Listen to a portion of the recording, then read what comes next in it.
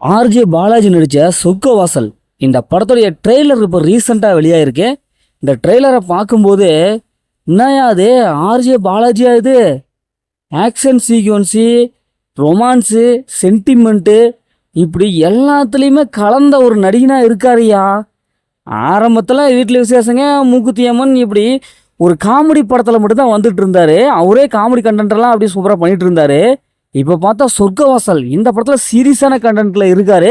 இந்த ட்ரெய்லரில் ஃபர்ஸ்ட் ஹாஃப்லேருந்து கடைசி வரைக்கும் ஒரு ஜெயிலை காட்டுறாங்க.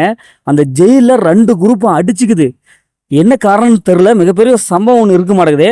இந்த சம்பவத்தெல்லாம் ஆர்ஜே பாலாஜி மாட்டிக்கிறாரு.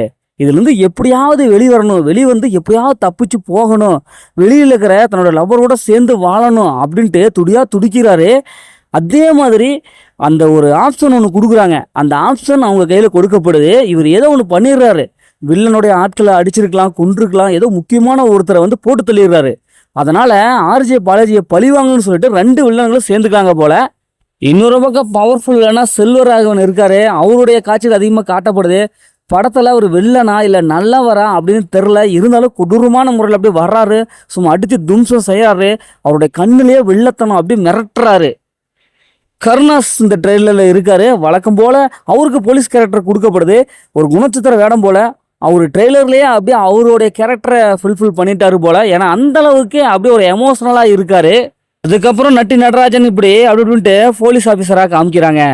ஒருவேளை போலீஸ் ஆஃபீஸர் வெளியில் பயங்கரமான ஒரு நெகட்டிவாக காமிக்கிறாங்க போல். உள்ளே இருக்கிறவங்களே பரவாயில்ல, யார் வந்து வில்லன் யார் ஹீரோன்னு தெரில அப்படிங்கிற மாதிரி ஒரு டைலாக் ஒன்று பேசுகிறாரு. இது வந்து என்ன தெரியுதுன்னா, உள்ளேயே பரவாயில்ல, வெளியில் இருக்கிற பாலிடிக்ஸ் பயங்கரமாக இருக்குப்பா அப்படிங்கிற அளவுக்கு ஒரு கருத்துக்களை சொல்ல வராரு. என்ன படத்துடைய அந்த டெக்னிக்கல் அதெல்லாம் பார்க்கும்போது இந்த ட்ரெய்லர்லேயே கொஞ்சம் அந்த இறையுது, அப்படியே பியூஜியம்லாம் பயங்கரமாக இருக்கும் போல். ஏன்னா பார்த்தா இன்னும் கொஞ்சம் பியூஜியம் கொஞ்சம் பெட்டராக பண்ணியிருக்கலாமோ அப்படிங்கிற மாதிரியே தோணுது. ஏன்னா வழக்கமான ஒரு பியூஜியமாக கொடுத்துட்டாங்க போல்.